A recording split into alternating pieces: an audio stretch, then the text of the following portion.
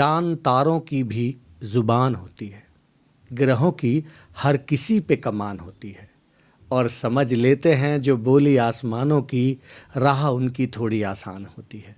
तो वही आसमान की बोली यानी ग्रह नक्षत्रों की चाल को समझने समझाने के लिए आज हमारे स्टूडियो में आए हैं हमारे मेहमान, हमारे गेस्ट, पंडित श्री संदीप पांडे जी महाराज।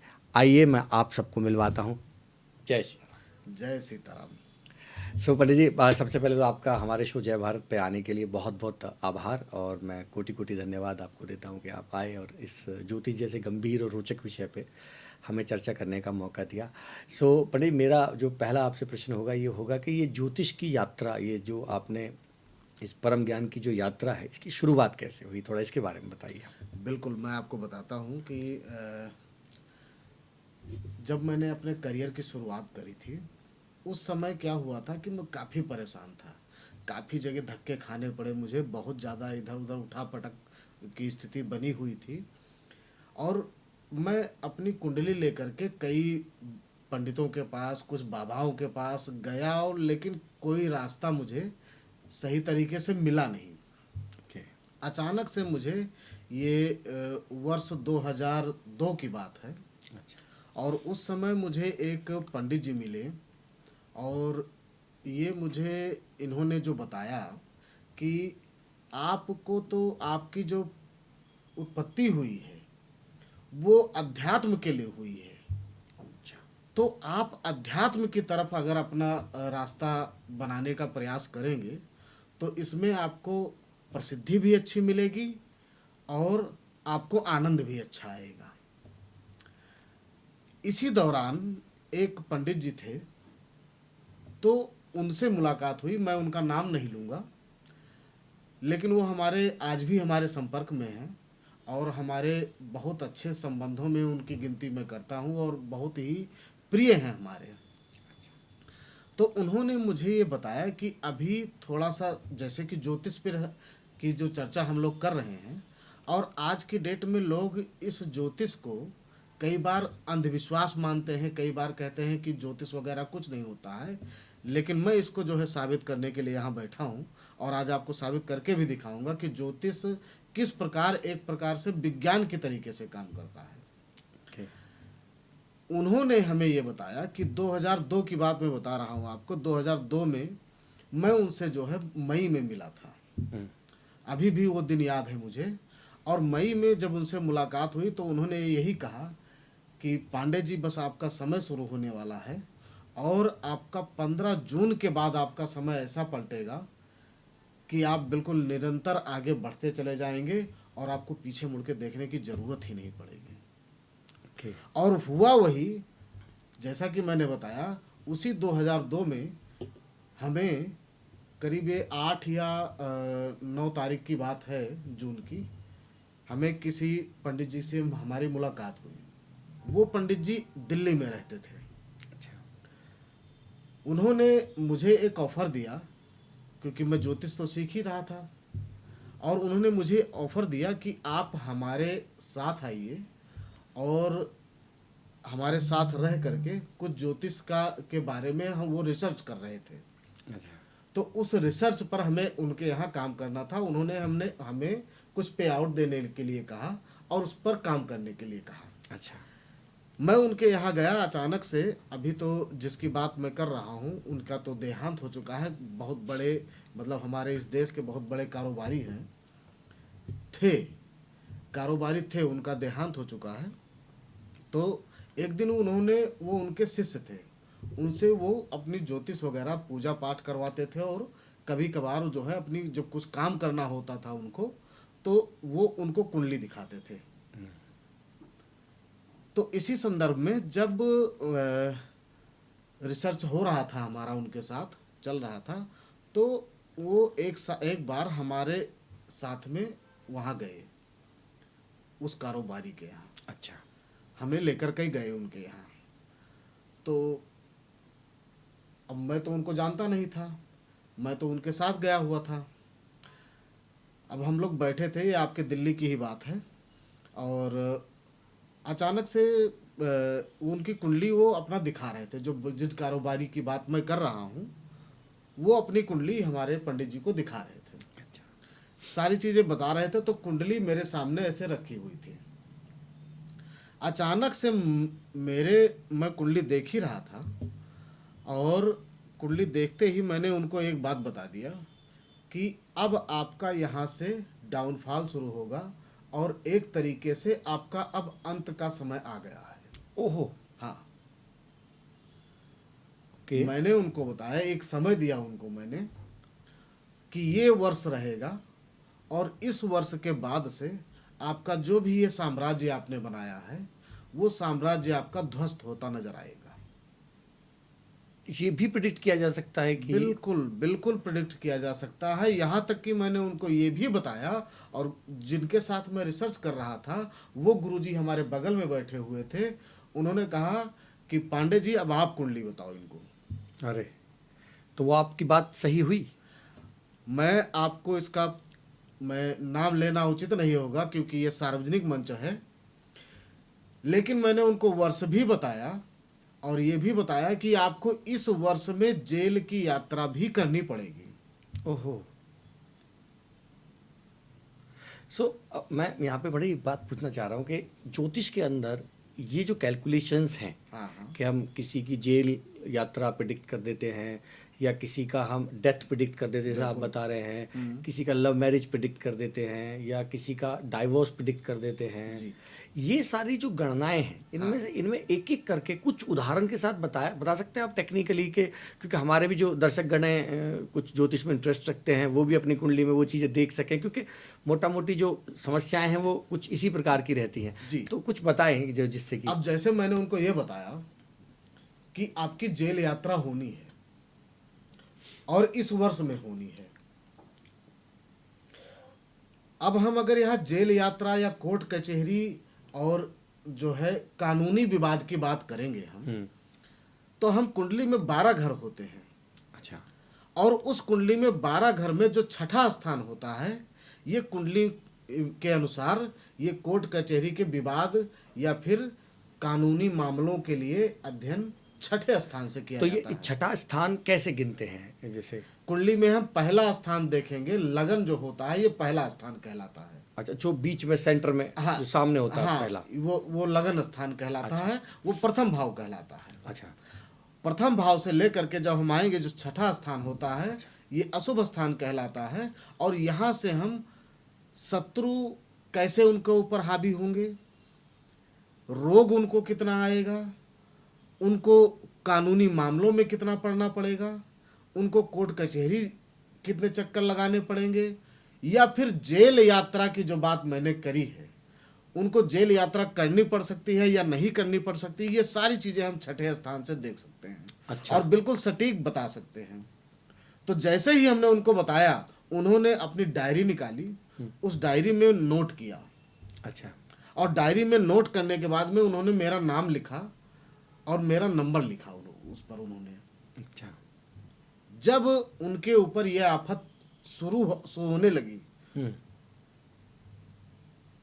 तो उनका फोन हमारे गुरुजी के पास आया। अच्छा। कि मुझे उन पंडित जी से मुलाकात करवाइए। ओके। उन्होंने जब मुझे बुलाया, हम और हमारे गुरुजी उनके यहाँ पर गए। उन्होंने बताया कि आपने जो बताया था सेम वैसा ही हमारे जीवन में होने लगा है। ओके। और करीब जब हमने उनको प्रेडिक्ट किया था, उसके करीब 5 वर्षों के बाद ये समय बने बताया था। 5 वर्ष बाद? 5 वर्ष बाद। यहाँ तक कि उनका सारा साम्राज्य खत्म हो गया, उनको बीमारी इतनी आई, उनका देहांत भी हुआ। लेकिन उस समय उन्होंने पूछा कि पंडित जी इसका क्या उपाय है। हाँ। मैंने उनको एक ही बात बताया कि आपने बहुत विलंब कर दिया है। ओके। यही चीज जब मैंने आपको 5 वर्ष पहले जब आपको बताया था, अगर उस समय आप उपाय पूछते तो मैं आपको उपाय बता सकता था और उपाय करवा भी सकता था। बड़े यहाँ पे मैं थोड़ा और जिज्ञासु हो गया हूँ। हाँ। उपाय जो होते हैं, हाँ। ये ज्योतिष में किस तरीके से काम करते हैं? मतलब जैसे मैं थोड़ा मॉडर्न साइंस का स्टूडेंट हूँ, जी जी। सो इसको थोड़ा टेक्निकली अगर समझना चाहें तो कैसे समझें उपाय? बिल्कुल। देखिए, एक वाइब्स होती है। जैसे हम मान लीजिए हमारी कुंडली में बृहस्पति कमजोर है। ठीक है। ठीक है। अब बृहस्पति को मजबूत कैसे किया जाए? बृहस्पति को मजबूत करने के लिए नॉर्मली क्या होते हैं कि बहुत सारे लोग बहुत सारे जो है ढोंग ढकोसले बताते हैं, बहुत सारी चीज़ें बताते हैं, लेकिन इसका सटीक उपाय क्या है कि आप इनके बीज मंत्र का जाप करिए। अच्छा। ओम ग्राम ग्रीम ग्रोम सह गुरुवे नमः। और उपाय जो होते हैं ये एक प्रकार की क्षमा याचना कहलाती है। ओके। मान लीजिए आप हमारे सामने आए, हम आपके दुश्मन हैं और आपने हमसे ये कहा कि पंडित जी आज मैं आपको गोली ही मार दूंगा, आपने हमारा जो है बड़ा नुकसान किया है और आज मैं आपको छोड़ूंगा नहीं। लेकिन जब आप मेरे सामने आए मारने हमें और हम आपके सामने हाथ जोड़कर खड़े हो जाएं और आपका जो है आपके सामने नतमस्तक हो जाएं और आपसे कहें और प्रार्थना करें कि जयवीर जी हमसे गलती हो गई, हमें क्षमा कर दीजिए, तो हो सकता है कि आप मुझे गोली मारने के बजाय दो चार थप्पड़ ही मार के छोड़ दें, या हो सकता है कि दो चार थप्पड़ भी ना मारें। तो जो ये ग्रहों के जो मंत्र होते हैं, ग्रहों के मंत्र जाप करने के बाद में जो उनकी जो किरणें होती हैं, जो उनकी रेज होती हैं, वो सीधा हमारे जो है पंच तत्व से जो है मतलब कनेक्ट करती हैं। ओके। और फिर इसका प्रभाव जब हमारे ऊपर पड़ता है तब हमारा बृहस्पति मजबूत होता है, और जब बृहस्पति में मजबूत होता है तो हर तरफ से मान सम्मान और पद प्रतिष्ठा में वृद्धि मिलना शुरू होती है। तो जैसे पंडित जी मंत्रों का आपने बताया, तो मंत्र एक साधन हुआ क्षमा याचना के लिए या उपाय जिसको आप कह रहे हैं, बड़ा आपने बहुत बहुत ज़बरदस्त, आज तक मैंने इसकी ये कल्पना भी नहीं की थी कि ये उपाय इस तरीके से कार्य करते हैं, बहुत खूबसूरत। तो मैं ये जानना चाह रहा हूँ, जैसे ये तो मंत्र एक विधि हो गए जी। जैसे हम देखते हैं कि लोग यंत्र का भी इस्तेमाल करते हैं, कुछ ज्योतिषी स्टोन पहनने को बोलते हैं, कुछ ज्योतिषी इष्ट देव की पूजा को बोलते हैं, जैसे कोई बोलते हैं कि मंगल के लिए अब हनुमान जी की, शनिवार को शनिदेव।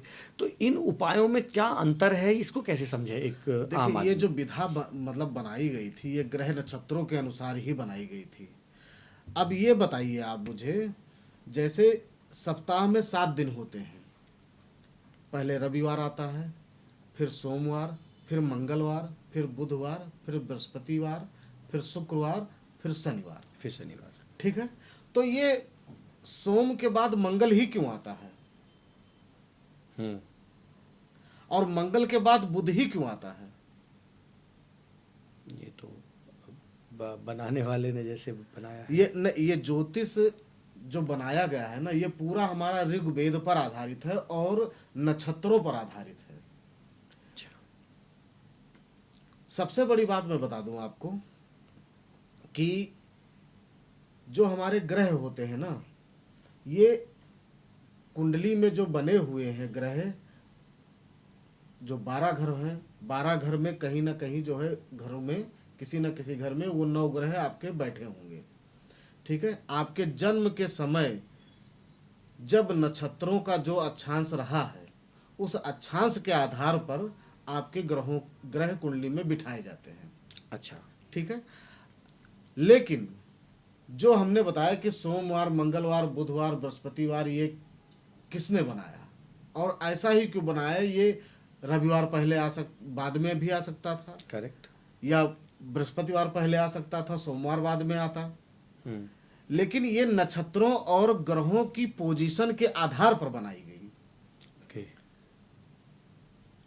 और उस नक्षत्रों के आधार पर, उस ग्रहों की पोजीशन के आधार पर बनाई गई, और उसी के आधार पर जब हम मंत्र जाप करते हैं किसी भी ग्रह का, या किसी भी ग्रह से रिलेटेड कोई दान पुण्य करते हैं हम, तो वो हमारे ऊपर उनका प्रभाव, उनकी जो पॉजिटिव रेज होती हैं वो हमारे ऊपर सीधे पड़ती हैं। या जैसे मान लीजिए हमने ये पुखराज धारण किया हुआ है, ठीक है, ये हमने बृहस्पति के लिए धारण किया हुआ है। अब रत्न पहनने का अर्थ क्या है? वही मैं जानना चाह रहा हूँ कि रत्न से क्या फायदा होगा। रत्न पहनने का मतलब यह होता है कि रत्न जब आप पहनते हैं, और कहा जाता है कि कोई भी रत्न अगर आप धारण करते हैं तो वो रत्न आपके शरीर से जरूर टच रहना चाहिए। अच्छा। क्यों टच रहना चाहिए? क्योंकि जब आप रत्न धारण करते हैं तो उस रत्न के जो ग्रह होंगे, जैसे मान लीजिए मैंने पुखराज पहना हुआ है, तो बृहस्पति की जो पॉजिटिव रेज होंगी उसको ये एब्जॉर्ब करेगा और उसको हमारे शरीर के अंदर प्रवाहित करेगा। अच्छा।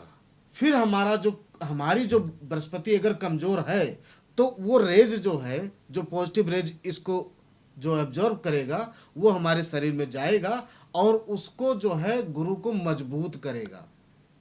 ओके। बृहस्पति और मजबूत होता है। रत्न इस प्रकार से काम करते हैं, क्योंकि रत्न का काम करने का तरीका यह है कि जब भी आप कोई रत्न धारण करते हैं तो उस रत्न से रिलेटेड जो ग्रह होते हैं उनकी पॉजिटिव रेज को वो एब्जॉर्ब करता है, अपने ओर आकर्षित करता है, खींचता है। और खींचने के बाद आपके शरीर में जो पंच तत्व कहा जाता है उसमें वो प्रवाहित करता है। अच्छा। और तब वो ग्रह आपका अच्छा होने लगता है और आपके रुके हुए काम बनने लगते हैं। बहुत सुंदर सर। हाँ हाँ। अच्छा सर, ये एक जैसे शनि की साढ़े साती के बारे में हाँ मैं जी। बात करना चाहूँगा। जी। बहुत डर है लोगों को शनि की साढ़े साती का, शनि की ढैया का, और मैं देखता हूँ कि पंडित भी किसी हद तक शनि को लेके बहुत डराते हैं कि नहीं। ये है वो है। मैं शनि की साढ़े साती के बारे में, शनि की ढैया के बारे में थोड़ा समझना चाहता हूँ, और इसका क्या उपाय है अगर किसी पे चल रही है या उसका समय है शनि की साढ़े साती का। जैसे मेरे ख्याल से अभी मीन राशि पे शायद पहली साढ़े साती है, और कुंभ पे शायद आखिरी चल रहा है। 2.5 साल चल रहे हैं। तो जिन पे कुंभ राशि के लोग, मीन राशि के लोग, जिन पे साढ़े साती का समय दौर चल रहा है, इनके लिए आप क्या बताना चाहेंगे? इस पे थोड़ा सा बताएं कि साढ़े साती करती क्या है और क्या क्या चेंजेस होते हैं। देखिए, शनि की साढ़े साती जो होती है ये हमेशा सबके लिए कष्टकारी नहीं होती है। अच्छा। पहली बात तो मैं बता दूं कि जो भी दर्शक हमें देख रहे हैं, आप सभी बिल्कुल बेफिक्र हो जाइए और निश्चिंत हो जाइए। अगर आपकी कुंडली में भी जो है शनि की साढ़े साती चल रही है या शनि की ढैया चल रही है तो बिल्कुल भी आपको परेशान होने की आवश्यकता नहीं है। आपको उपाय की ज़रूरत है और धैर्य की ज़रूरत है। अच्छा। अब मैं बताता हूँ, शनि की साढ़े साती जो होती है ये पूरे 7.5 वर्ष तक काम करती है, और कहा गया है कि शनि कर्मफल दाता होते हैं। कई बार शनि की साढ़े साती बचपन में भी मिलती है, और कई बार जो व्यक्ति का अगर आधा जीवन बीत गया है या कुछ समय बीता है तब भी मिलता है। तो शनि कर्मफल दाता कहे गए हैं। अच्छा। तो कई बार आप जो कार्य करते हैं उसका फल जब आपको मिलता है तो वो फल देने का काम कौन करता है? शनि करते हैं। अच्छा। और जब शनि की साढ़े साती आपके ऊपर चल रही होती है तो ये 3 चरणों की होती है, जिसे हम शनि की ढैया बोलते हैं। अच्छा। मतलब 2.5 वर्ष, 2.5 वर्ष और 2.5 वर्ष, तो ये 3 चरणों की होती है। तो इन शनि की साढ़े साती में जो प्रथम चरण होता है और जो तृतीय चरण होता है, ये दोनों चरण व्यक्ति के लिए हमेशा नुकसानदायक नहीं साबित होते हैं। लेकिन जो मध्य का चरण होता है, मध्य का चरण ऐसा होता है कि इसमें व्यक्ति अगर राजा है तो वो रंक भी हो जाता है। अगर उसके कर्म गलत रहे तो उसको कोई बचा भी नहीं सकता है। जब शनि की साढ़े साती शुरू होती है तो व्यक्ति के काम बिगड़ने जरूर शुरू होते हैं, लेकिन शनि हमेशा मार्ग दिखाने का काम करता है कि बेटा तू गलत रास्ते पे जा रहा था, अब सही रास्ते पर आ जा। और अगर उसको समझ में नहीं आया, क्योंकि शनि की साढ़े साती चलती है तो कहा जाता है कि जब समय खराब होने वाला होता है ना तो पहले ही विवेक मर जाता है। तो शनि की साढ़े साती जब आई तो शनि की साढ़े साती ने जो है विवेक तो उनका पहले ही हर लिया। तो मेरे कहने का तात्पर्य यह है कि आपके ऊपर भी अगर शनि की साढ़े साती आई हुई है, चल रही है, तो आपको अपनी बुद्धि और अपने विवेक का इस्तेमाल करके अगर आप किसी गलत कार्य में लिप्त हैं तो वहां से आपको हटना होगा। अच्छा। और अगर आप कहीं जो है कोई गलत काम कर रहे हैं और पास्ट में अगर आपने कुछ गलत काम किए हैं तो आप तैयार हो जाइए कि आपको जो है निश्चित रूप से उसका जो है भरपाई करना ही होगा। बहुत सुंदर सर। लेकिन इसमें एक बात और मैं बता दूं, जो अंतिम चरण होता है, अंतिम 2.5 साल जो होते हैं शनि के साढ़े साती के, हम्म, ये खासकर कुंभ राशि के लिए, खासकर मकर राशि के लिए हम्म, और मीन राशि के लिए, हम्म। ये अंतिम जो चरण होगा वो उनके लिए एक राजयोग भी साबित हो सकता है। अच्छा, तो ये निर्धारित कैसे होता है कि जैसे भी मकर राशि वाले लोगों की साढ़े साती अभी खत्म हुई है, हाँ, तो उनका किस पे अच्छा रहेगा अंतिम चरण, किस पे बुरा रहेगा, ये कैसे निर्धारित होता है? ये देखिए, इसके लिए कोई अलग विद्या नहीं है। हम्म, ये जो पाराशर जी ने जो लिखा हुआ है कि शनि की साढ़े साती जब खत्म होने लगेगी, तो मैं आपको एक टेक्निकल बात बताता हाँ, हूँ, बताइए। ठीक है, कि शनि की साढ़े साती जब शुरू हुई, जो मैं अभी बता रहा था कि शनि की साढ़े साती शुरू हुई, और मैंने बताया कि शनि कर्म फलदाता कहा जाता है। तो आप जो गलत काम कर रहे थे, शनि की साढ़े साती ने आपको आगाह किया कि अब आप सुधर करके सही कार्य पर आ जाइए। लेकिन उसके बाद भी अगर आप नहीं आए, तब तो आपको बचाने वाला कोई नहीं होगा। हम्म, और जब शनि की साढ़े साती आई तो निश्चित रूप से आपके जीवन में कई प्रकार के उठापटक होंगे, कई प्रकार की चीजें बिगड़ेंगी और हर तरीके से आपको परेशान होना पड़ सकता है। और जब परेशान होंगे तो निश्चित रूप से आप शांत होकर के बैठ जाते हैं, हम्म, या अगर आप कहीं काम कर रहे हैं तो आपका काम रुक जाएगा तो आपको बैठना ही पड़ेगा। हम्म। तब आपको शनि मार्ग दिखाएगा मध्य चरण में। अच्छा। और उसके बाद जो है, जो तृतीय चरण होगा, जब आप पूरी तरीके से परेशान हो चुके होंगे, तब आप कहेंगे कि हाँ, अब मुझे सही रास्ता पकड़ना है। हम्म, तो तृतीय चरण, ये मान के चलिए कि जो तृतीय चरण होता है शनि के साढ़े साती का, वो 99% लोगों के लिए शुभ समय साबित होता है। लेकिन कई लोग उसके बाद भी जो है, जब उनके ऊपर आफत आती है, उसके बाद भी जो है गलत कार्यों में लिप्त होते हैं, तब उनको परेशान हो जाना पड़ता है। बहुत खूबसूरत सर। और मैं एक और प्रश्न मेरे मन में आ रहा है पड़े कि जैसे शनि के बारे में तो काफ़ी लोग जान गए हैं, क्योंकि जानते हैं कर्म फलदाता, आपने बताया। जी, केतु एक प्लेनेट है, केतु हाँ, बड़े मिस्टीरियस से प्लेनेट है। मैं जितनी मुझे समझ है, मैंने काफ़ी जी। समझने की कोशिश की, तो मैं केतु पे थोड़ा आपसे चर्चा चाहूँगा बिल्कुल, बिल्कुल। कि केतु की महादशा अंतर्दशा किस तरीके की होती है, केतु हमारी कुंडली में किस चीज़ को रिप्रेजेंट करते हैं, केतु है क्या, केतु को समझाइए। जब केतु की दशा आती है तो व्यक्ति अपना विवेक खो देता है, हम्म, बुद्धि एक तरीके से काम करना बंद कर देती है। अगर वो सही काम कर रहा है तो कहीं ना कहीं केतु की दशा में जो है, वो खुद अपने पैर पर कुल्हाड़ी मारने का काम करता है। अच्छा। केतु एक ऐसा ग्रह है कि जिसके बारे में अभी तक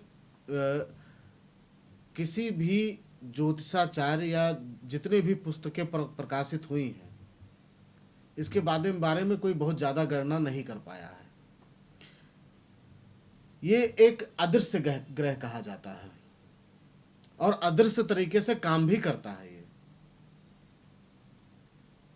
और जब केतु की दशा होगी तो व्यक्ति इतना डबल माइंडेड हो जाता है कि जैसा मैंने कहा कि अपने पैर पर कुल्हाड़ी मारने का काम करता है।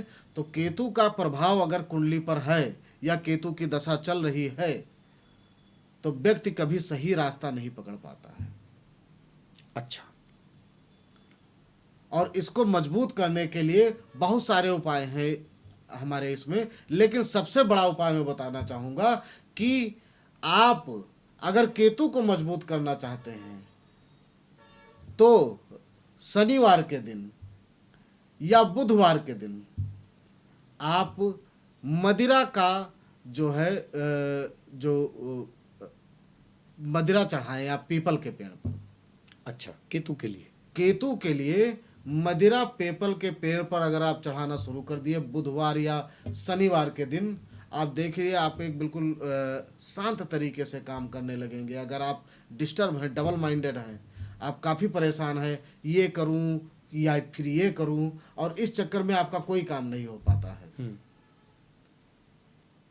जैसे मैं एक जगह पे पढ़ रहा था थोड़ा सा ज्योतिष में कि केतु जिस प्लेनेट के साथ बैठते हैं उसकी तरह बिहेव करने लगते हैं, या बिल्कुल सत्य, बिल्कुल सत्य। उसके बारे में मैं बिल्कुल, राहु और केतु दोनों ऐसे ग्रह हैं जिसके साथ बैठते हैं उसी के तरीके से उस व्यवहार करते हैं। अच्छा। ये बिल्कुल सत्य बात आपने कही। लेकिन इसमें एक बात मैं और जोड़ना चाहूंगा कि राहु और केतु हमेशा खराब नहीं होते हैं, ये भी एक प्रमाणित बात है। राहु और केतु हमेशा खराब नहीं होंगे, लेकिन अगर आपकी कुंडली में शुभ स्थान पर नहीं है तो निश्चित रूप से आपको परेशान कर देंगे। एक सूत्र है कि राहु केतु जब शुभ स्थान पर बैठते हैं तो ये शुभ फल देते हैं, और अगर ये अशुभ स्थान पर बैठ गए तो अशुभ फल देते हैं। जैसे पहले, चौथे, सातवें और 10वें घर में अगर राहु बैठा है या केतु बैठा है, अगर मान लीजिए कैरियर स्थान पर बैठा है केतु, और केतु अगर कैरियर स्थान पर बैठ गया है आपकी कुंडली में, लगन कुंडली में 10वें भाव में, तो निश्चित रूप से आपके कैरियर में आपको उन्नति से, आपको सफलता मिलने से कोई नहीं रोक सकता। जिस क्षेत्र में आप होंगे उस क्षेत्र में आप नंबर 1 की पोजीशन तक जाएंगे। 10वें का केतु आप इतना स्ट्रांग होता है? बिल्कुल। और अगर मान लीजिए केतु आपके चौथे स्थान पर बैठ गया है, चौथा स्थान पर केतु अगर बैठा हुआ है और साथ में कोई शुभ ग्रह बैठ जाए, तो ये मान के चलिए कि आप जीवन में अपने बल से, अपने भुजाओं के बल से अच्छी धन संपत्ति, अच्छी प्रॉपर्टी बनाने का काम करेंगे। लेकिन अगर यही वाणी स्थान पर बैठ जाए तो आपके जिह्वा से हमेशा गाली निकलेगी। वाणी स्थान कौन सा होता है? वाणी स्थान हमारी कुंडली में जो 12 घर होते हैं उसमें दूसरा स्थान जो होता है ये हमारी वाणी स्थान कहलाता है। द्वितीय स्थान ये वाणी स्थान कहलाता है। अगर वाणी स्थान पर बैठ गया तो आप हमेशा मुंह से गंदा शब्द निकालेंगे, अशुभ बात बोलने का काम करेंगे।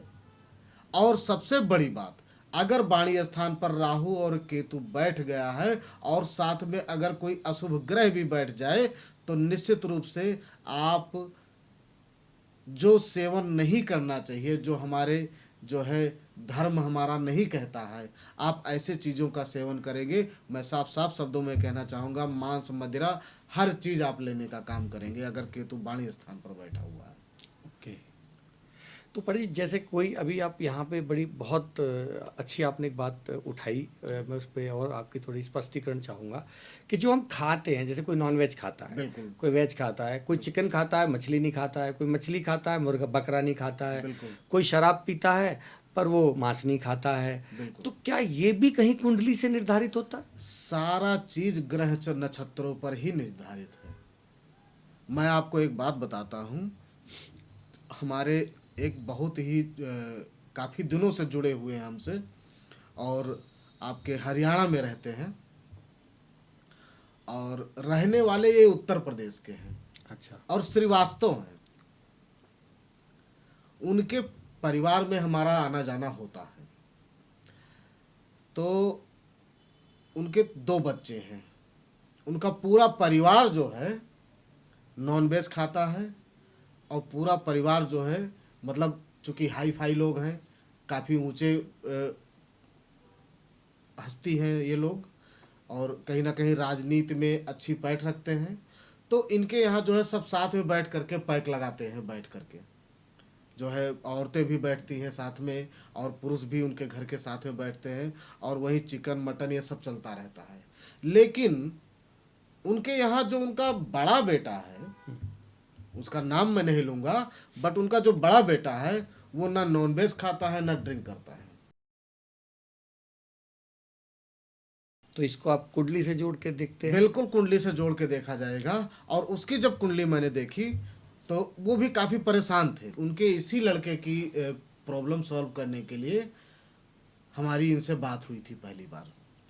तो उसका क्या था कि उसका करियर में प्रॉब्लम चल रही थी। प्रॉपर्टी डीलिंग का काम करता था बच्चा वो, लेकिन उसका प्रॉपर्टी में बड़ा नुकसान हो रहा था। चूँकि हाई फाई पैसे वाले लोग हैं तो प्रॉपर्टी लेकर के बेचना खरीदना ये सब काम करता था वो, लेकिन बड़ा नुकसान जा रहा था उसका जो है। कई और कोर्ट कचहरी के भी विवाद हो चुके थे, लड़ाई झगड़ा भी हो चुका था। हरियाणा क्षेत्र ही ऐसा है कि वहाँ तो जो है लोग जो है मतलब लड़ने को जो है तैयार रहते हैं।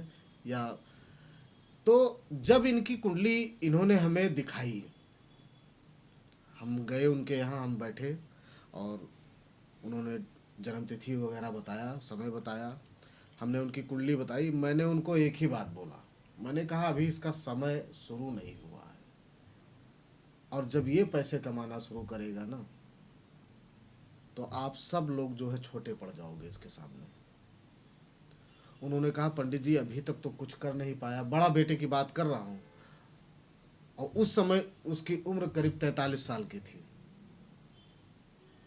तो उन्होंने कहा अभी करीब 43 साल का ये हो चुका है, अभी तक तो कुछ कर नहीं पाया, अभी तक तो केवल ये हमारे पैसे, उनके पिताजी ने कहा कि अभी तक तो हमने जितना कमाया था उसमें से कहीं ना कहीं इसने नुकसान ही किया,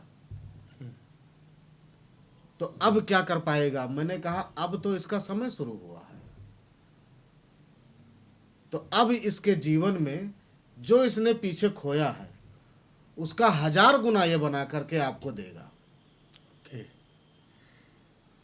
और आज की डेट में हरियाणा जैसे क्षेत्र में कोई ऐसा जिला नहीं होगा जिस जिले में उसका जो है होटल और रेस्टोरेंट ना हो, और ऐसा कोई जिला नहीं होगा जहां उसका प्रॉपर्टी का काम न चल रहा हो, जहां उसकी बिल्डिंग न बन रही हो।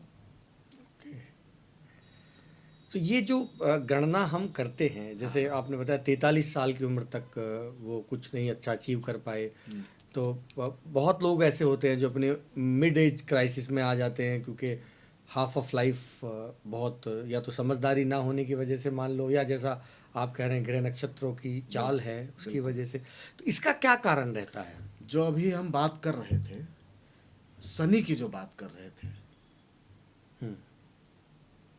तो जब हम ज्योतिष पर आते हैं और कुंडली की बात करते हैं, और कुंडली के अंदर जब हम कर्म की बात करते हैं, तो कर्म को हमेशा शनि ही देखते हैं।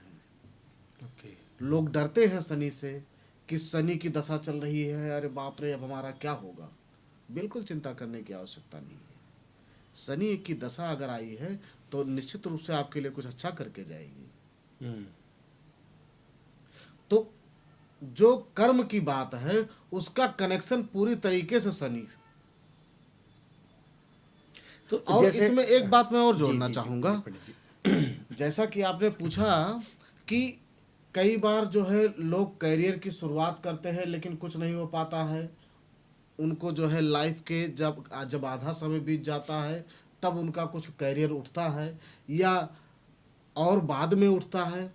तो ये सारी चीज़ें जो होती हैं ये केवल और केवल ही शनि ही कराता है।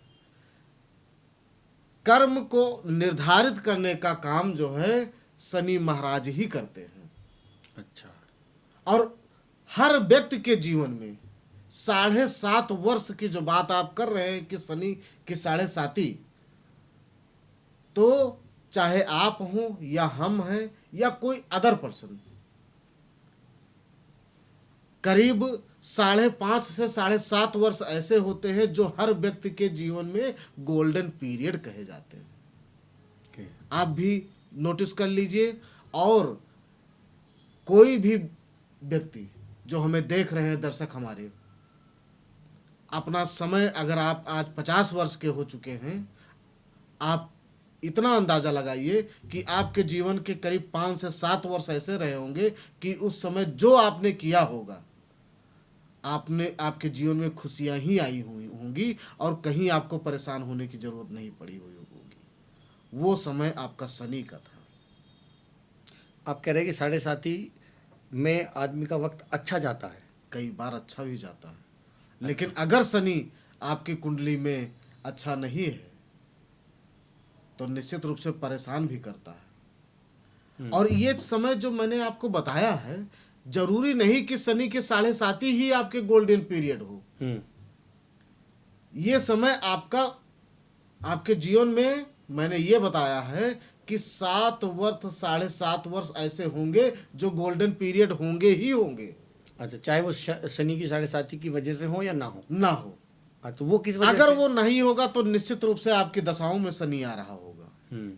आप कुंडली उठा करके देख लीजिए, अगर शनि के साढ़े साथी नहीं है और अगर आपका बहुत अच्छा समय चल रहा है, आप जो नहीं चाहते हैं वो भी आपके पास आ जा रहा है, और जिसके लिए कोई व्यक्ति जो है जीवन भर रगड़ के थक गया है वो नहीं प्राप्त कर पाया है, और आप चुटकियों में अगर प्राप्त कर पा रहे हैं, तो निश्चित रूप से देखिए कि कहीं न कहीं शनि की दशा, चाहे अंतरदशा चाहे प्रत्यंतर दशा आपको मिली हुई है, तब आप सफल हो रहे हैं। ओके।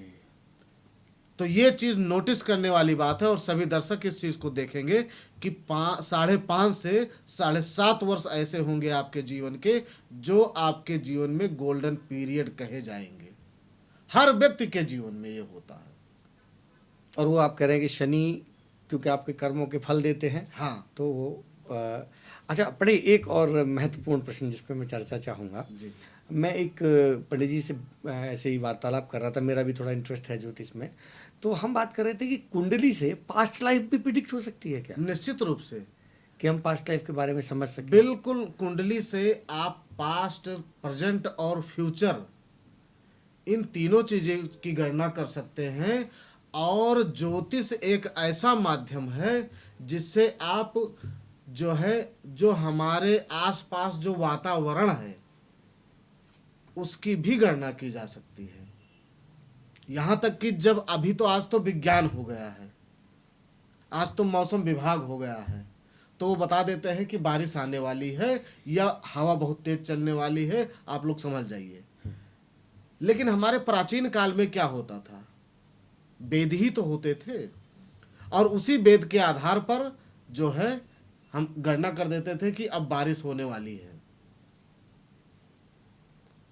तो कहीं एस्ट्रोलॉजी की जो प्रारंभिक खोज हुई वो मानव का भविष्य बताने के लिए हुई या मौसम की गणनाओं के लिए हुई होगी? मतलब इसको कैसे समझें? देखिए, एस्ट्रोलॉजी का जो जन्म हुआ, ये प्राचीन काल में जो हमारे 4 वेद हैं, उन चारों वेदों में जो ऋग्वेद है, उस ऋग्वेद में ज्योतिष की पूरी गणना है। अच्छा। और जो चारों वेद हमारे जो लिखे गए हैं, जो जिनकी रचना हुई है, ये चारों वेद मानव कल्याण के लिए किया गया है। तो ज्योतिष की जो मतलब जो उद्गम हुआ, ये भी मानव कल्याण के लिए ही हुआ था, और उसी मानव कल्याण के लिए ही आज भी ये निरंतर जो है इसका अध्ययन किया जा रहा है। जैसे पंडित, अभी आप बहुत सारे ज्योतिष प्लेटफॉर्म्स पे शायद काम करते होंगे जी। और आपने बताया जैसे आपने कि 50,000 से ज़्यादा आपने कुंडलियाँ देखी हैं, और आपके स्टूडेंट्स भी हैं जिनको आप ज्योतिष सिखा रहे हैं। बिल्कुल सत्य। तो मैं ये जानना चाह रहा हूँ इस समय आपसे कि इस पूरे ज्योतिष के इस इतनी बड़ी यात्रा में आपने पर्सनली अपने बारे में, अपनी कुंडली के बारे में कुछ अनुभव किए हैं जो आप साझा करना चाहें? ये बहुत अच्छा सवाल आपने किया। मैं आपको एक सत्य घटना बताता हूँ कि एक बार मेरी धर्मपत्नी है, तो वो बैठी हुई थी, तो उन्होंने कहा कि आप सबकी कुंडली देखते हो, तो एक काम करो, एक बार जो है अपनी भी कुंडली देखो, आपकी क्या कुछ अच्छा होगा जीवन में। और तो अचानक से जब मैंने कहा उनकी, भाई अब पत्नी की बात कौन टाल सकता है तो मैंने अपना कुंडली लगाया, तो कुछ अच्छा होना तो था ही, लेकिन अचानक से मुझे उसमें दिखा कि जो है ये करीब 2018 की बात है। तो उस समय मैं बैठा हुआ था अपने घर पर, और उसमें मैंने देखा कि हमारी जब जो दशा आ रही थी उस दशा के अकॉर्डिंग, और जो मैंने कुंडली का अवलोकन किया लगन कुंडली और चंद्र कुंडली के अनुसार, तो ये हुआ कि मेरा कोई जो है मेजर एक्सीडेंट होने वाला है। ओके। और वो 2.5 साल का वर्ष था। हम्म। अब उस 2.5 साल में ये नहीं पता था कि ये कब होने वाला है। अच्छा। मैंने उस पर और अध्ययन किया, तो वो निकल के आया मेरा 2020 में दिसंबर का समय। ओके। तो उस दिसंबर के समय में मैं पूरा अपना जोर लगाया मैंने, लेकिन काम इतना होने के कारण जो है समय कम मिला। और उस दौरान मेरा एक छोटा सा लिखा तो ऐसा हुआ था कि मेजर एक्सीडेंट होना है, लेकिन उसके लिए मैंने काफ़ी उपाय वगैरह भी किए। और मैंने अपनी कुंडली में मंगल और बृहस्पति के लिए बहुत सारे उपाय किए। और प्रतिदिन मैं इसके बृहस्पति के और विष्णु सहस्त्र नाम के मैं प्रतिदिन जाप करता था। तो वो जो मेजर एक्सीडेंट, यहाँ तक कि वो लिखा हुआ था कि मृत्यु तुल्य समय रहेगा ये। वो समय ऐसा था मेरा कि अगर मृत्यु भी आ जाती तो कोई बड़ी बात नहीं की, जबकि वो ऐसा समय था कि मृत्यु तुल्य कष्ट लिखा हुआ था मुझे। ओके। उस दौरान जो मैंने उपाय किए तो एक्सीडेंट तो हुआ मेरा। हुआ। अच्छा। उसी दिसंबर में ही हुआ। ओहो। और बस ये समझ लीजिए कि अभी भी मैं, अगर आप देखें तो मेरा हाथ टूटा हुआ है और मेरे हाथ में फ्रैक्चर हुआ, बस इतना ही हुआ। वो कोई बहुत ज़्यादा मेजर नहीं हो पाया। तो ये उपाय का प्रभाव था कि बहुत ज़्यादा कुछ होने के बजाय थोड़ा कम में रह गए। ये तो बहुत अच्छी बात बताई आपने कि इस तरीके से भी चीज़ों को कंट्रोल किया जा सकता है अगर हम अवेयर हैं, जानकार हैं उन चीज़ों को बिल्कुल। समझते अगर हैं। आप की भी कोई समस्या चल रही है, अगर आपके जीवन में भी किसी प्रकार की परेशानी है, तो मैं सभी से निवेदन करूंगा कि आप भी कृपया एक बार अपनी कुंडली का अवलोकन अवश्य करवाइए, और निश्चित रूप से आपको रास्ता वहीं से मिलेगा। जैसे आपके पास बहुत कुंडलियाँ आती होंगी, जी। बहुत सारे अलग अलग तरीके के, अलग अलग माइंडसेट के। कुछ लोग आस्तिक वो होते हैं ज्योतिष हाँ में, जी, कुछ हाँ लोग जी। नास्तिक भी होते हैं जी, ज्योतिष में। जी। परीक्षा भी लेने आ जाते हैं, पहले बिल्कुल, पंडित जी की बिल्कुल। परीक्षा लेके देखते हैं कि पंडित जी को कितना ज्ञान है। तो जनरली जो लोग आपसे अप्रोच करते हैं उनके बेसिक प्रश्न क्या रहते हैं, क्या वो जानना चाहते हैं कुंडली से? मैं एक बात बताता हूँ आपको कि अभी थोड़े दिन पहले की बात है, करीब 10-15 दिन पहले की बात है। हमारे पास एक माता जी का फोन आया। तो माता जी बड़ी तेज, उन्होंने मुझसे पूछा कि मुझे अपने बच्चे के बारे में जानना है, पंडित जी आप बताएं जरा। मैंने कहा बिल्कुल, आप जन्म तिथि बताइए। सारी डिटेल उनकी ली और मैंने कुंडली लगाई। तो मैंने उनसे, मेरे मुंह से ये निकल गया कि माता जी आप बताइए क्या पूछना चाहते हैं, क्या प्रश्न है आपका। सीधे उधर से क्या आया जवाब कि अगर मैं आपसे पूछूंगी तो फिर आप पंडित जी किस काम के हुए? ओहो। कुंडली आपके सामने है, हमारे बच्चे के जीवन में क्या चल रहा है, आप बताइए। मैंने कहा अच्छा आप परीक्षा लेने आई हैं? करे नहीं नहीं, परीक्षा लेने नहीं आई हूं, मैं बहुत पंडितों से बात कर चुकी हूं, लेकिन कुछ ऐसी समस्या है बच्चे की हमारी जिसका समाधान कोई नहीं बता पाया है और ना कोई सही जानकारी दे पा रहा है। मैंने कहा ठीक है माता जी, आप मेरी बात ध्यान से सुनिएगा। मैंने कहा आपके इस बच्चे की 2 शादियां टूट चुकी हैं, तीसरी शादी के लिए आप तैयारी बना रहे हैं, लेकिन अब बेटा आपका शादी करना नहीं चाह रहा है। जैसे ही उनको मैंने बताया कि आपके बेटे की 2 शादियां टूट चुकी हैं और अब आप तैयारी बना रही हैं, बातचीत कंफर्म है आपकी शादी की तीसरी, लेकिन अब बेटा नहीं तैयार हो रहा है शादी के लिए, तो वो तुरंत चौंक गई। उन्होंने कहा कि पंडित जी आप पहले ऐसे व्यक्ति हैं कि आपने इतना सटीक मुझे बताया है। तो मैंने कहा कि वो शादी जरूर करेगा। अच्छा। बिल्कुल चिंता करने की ज़रूरत नहीं है। कुछ उपाय मैंने उनको बताए और मैंने एक बात ये भी बताया उनको कि अभी चिंता मत करिए, अभी करीब 6-7 महीने का समय दीजिए उसको, और वो आपका बेटा जो है, जिस लड़की से आप विवाह करना चाह रहे हैं उस लड़की से इसका विवाह नहीं होगा, वो आप छोड़ दीजिए। उसने एक दूसरी लड़की देख रखी है, और यहाँ नहीं, विदेश में। ओहो। तो उन्होंने कहा, ये कैसे आपने बताया, मेरा बेटा तो यही रहता है। मैंने कहा, रहता यहाँ है लेकिन आना जाना होता है ना। तो उनका इंपोर्ट एक्सपोर्ट का कुछ काम था, अच्छा। तो उस चक्कर में कई देशों के चक्कर उसके लगते रहते थे। तो उसका ऑस्ट्रेलिया में कोई एक लेडी थी जो पुलिस ऑफिसर थी, अच्छा। तो उसके संपर्क में वो था और उससे शादी होने वाली थी। आज बहुत सुखी जीवन व्यतीत कर रहा है और ये भी जाकर के विदेश सेटल्ड हो चुका है। तो ओके। ज्योतिष एक ऐसा माध्यम है कि आप अगर एक सही रेखा खींचे सीधा, तो उसको कोई टेढ़ा नहीं कर सकता है, कोई गलत नहीं कर सकता है, बशर्ते आपको जानकारी होनी चाहिए। बहुत सुंदर। बड़े मेरा एक और, अब ये ऑलमोस्ट हम क्लोजिंग की तरफ चलते हुए एक और मैं विषय डिस्कस करना चाहूँगा। मैं अष्टम हाउस पे बात करना चाहूँगा आपसे कि अष्टम हाउस क्या है और ये जो 8वां घर है इसका रहस्य क्या है, क्योंकि इस पे भी बड़ा कम चर्चा होती है ज्योतिष में।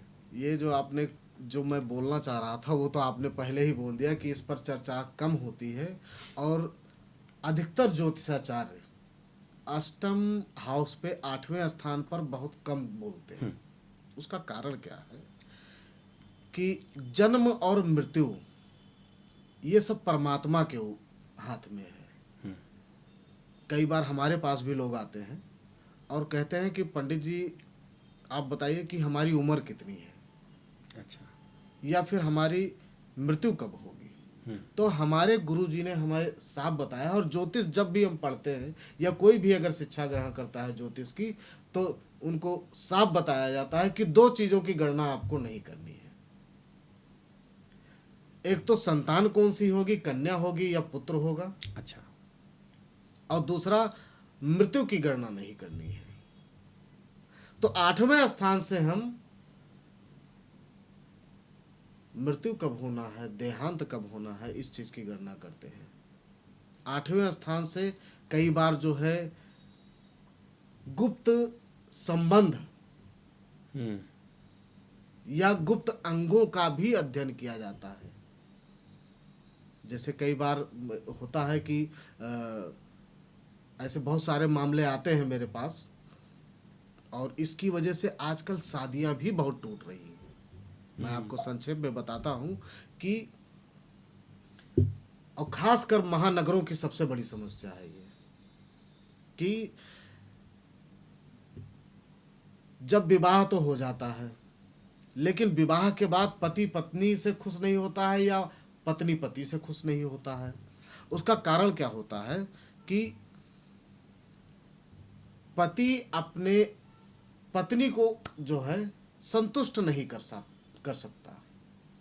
मैं खुल के बता रहा हूं इस बात को, संतुष्ट नहीं कर सकता। कई बार ऐसी कुंडली आई है मेरे पास, और कुंडली देखते ही मैंने बताया है संतान की उत्पत्ति नहीं होगी आपको। उसका कारण है क्योंकि आपके पति के अंदर ये कमी है, शारीरिक कमी है, गुप्त अंगों की कमी है। तो ये गुप्त अंग से संबंधित गुप्त बीमारियां, और जो आपने बताया कि मृत्यु की बात, ये सारा चीज हम 8वें स्थान से देखते हैं। तो इसकी गणना लोग कम करते हैं, इसके बारे में चर्चाएं भी बहुत कम होती हैं। तो आपके यहाँ पे जो एक बड़ा कॉमन सा यूथ का एक प्रश्न रहता है कि कुंडली में हम लव मैरिज होगी या अरेंज मैरिज होगी, या मेरा अफेयर जिससे है वो रहेगा या टूट जाएगा, इस गणना को देखने का कोई सरल तरीका अगर ये आप बताएं। सवाल आपने बहुत अच्छा सवाल किया है, और इस पर तो अगर हम बोलते जाएं तो ये समझ लीजिए कि मतलब इसका अंत ही नहीं होगा। लेकिन मैं बहुत साफ शब्दों में बता दूं आपको कि इसमें 2 चीज को देखना होता है। एक सफल प्रेम संबंध और असफल प्रेम संबंध। तो सफल प्रेम संबंध कौन सा होगा कि जब आप प्रेम करें और वो विवाह में परिवर्तित हो जाए तो वो सफल प्रेम संबंध कहा जाता है। और असफल प्रेम संबंध वो होता है कि आप लाख कोशिशों के बावजूद भी अगर आपका आपकी प्रेमी या प्रेमिका से विवाह नहीं हो पाता है तो असफल कहा जाता है। अब इस पर हम बात करते हैं कि प्रेम संबंध की बात अगर की जाए तो इसके 2-3 ऐसे सूत्र हैं कि उसके द्वारा हम देख सकते हैं कि कुंडली इस जातक का प्रेम संबंध बनेगा या नहीं बनेगा। तो पहली बात मैं बता दूं, जब लगन के स्वामी 7वें स्थान पर बैठे हों या लगनेश का संबंध, लगन का संबंध सप्तम से बनता है या सप्तम का संबंध 5वें स्थान से बनता है तो ऐसे जातकों का प्रेम संबंध बनता है। अच्छा, अब यहाँ पर बात की जाएगी कि प्रेम विवाह की। मैंने जो बताया सफल प्रेम संबंध, तो जब लगन के स्वामी 7वें स्थान पर शुभ स्थिति में बैठते हैं तो ऐसे जातकों का प्रेम विवाह होता है। या 5वें स्थान के स्वामी 7वें स्थान पर शुभ स्थिति में बैठते हैं या 7वें स्थान के स्वामी 5वें स्थान पर शुभ स्थिति में शुभ ग्रहों से के साथ बैठते हैं तो ऐसे जातकों का प्रेम विवाह होता है, उनका प्रेम संबंध सफल होता है। आजकल बहुत प्रश्न आ रहे हैं, लोगों के एक बार नहीं कई कई प्रेम संबंध बनते हैं। मैं बताता हूं उनको कि आप अपनी कुंडली का अवलोकन कराइए। और एक बात मैं और बता, लग्नेश प्रेम संबंध किसका बनता है? लग्नेश अगर नीच का होगा, लग्नेश मतलब प्रथम भाव, प्रथम भाव के स्वामी अगर नीच राशि में बैठ जाएंगे या फिर 6ठे 8वें या 12वें स्थान पर बैठ जाएंगे तो ऐसे जातक के एक से अधिक प्रेम संबंध बनते हैं। ओहो, मतलब उसके प्रेम संबंध सफल नहीं होंगे। तो ऐसे सूत्र इसके हैं और बिल्कुल सटीक गणना करी जा सकती है। अरे वाह पंडित, मेरा भैया आखिरी प्रश्न आपसे ये है कि अगर आपसे हमारे दर्शक अगर आपसे कंसल्ट करना चाहें, आपसे अपनी कुंडली का अवलोकन कराना चाहें तो उसका क्या माध्यम रहेगा, किस तरीके से आप तक पहुंचा जा सकता है? आप हमारे आईडी की फेसबुक आईडी पे जुड़ सकते हैं। हमारे कॉन्टेक्ट नंबर जो दिए गए हैं उस पर आप संपर्क करके, व्हाट्सएप नंबर पर आप संपर्क करके कोई भी जानकारी आप प्राप्त कर सकते हैं। ठीक है पंडित जी, तो और कुछ आपकी तरफ से जो आप दर्शकों को कहना चाहें? मैं यहाँ पे मैं यही कहना चाहूँगा कि किसी भी चीज़ को लेकर के अगर आप परेशान हैं जीवन में तो एक बार अच्छे ज्योतिषाचार्य से अपनी कुंडली का अवलोकन अवश्य करवाइए। और निश्चित रूप से ज्योतिष एक ऐसा माध्यम है जो आपको अंधेरे में दीपक का काम करता है। तो किसी भी तरीके से अगर परेशान है तो बिना देर किए आप किसी अच्छे ज्योतिषाचार्य से अपनी कुंडली का अवलोकन अवश्य करवाइए। धन्यवाद, बहुत बहुत धन्यवाद आपका। आपके इस मंच पर आकर के बहुत आनंद आया। जय सीताराम। जय सीताराम भाई। सो ये थे पंडित संदीप पांडे जी, जिन्होंने हम सबको ग्रह नक्षत्रों की चाल समझने और पढ़ने की सीख दी। और जैसा पंडित जी ने कहा, ज्योतिष आँख है उस दिव्य ज्योति की जो परम ज्योति हमें चलाती है, जिसको कोई परमात्मा, कोई ईश्वर, कोई अल्लाह, कोई शिव महादेव नाम देता है। बस उनकी एक आँख की ज्योति को ही मैं ज्योतिष कहता हूँ। तो ज़रूर थोड़ा इसको अगर आप परेशान हैं, समझ नहीं आ रहा है, मार्ग नहीं मिल रहा है, तो आप ज़रूर अपनी कुंडली का अवलोकन कराइए और पंडित जी से कराएंगे तो बहुत अच्छा रहेगा। प्रणाम। हर हर महादेव।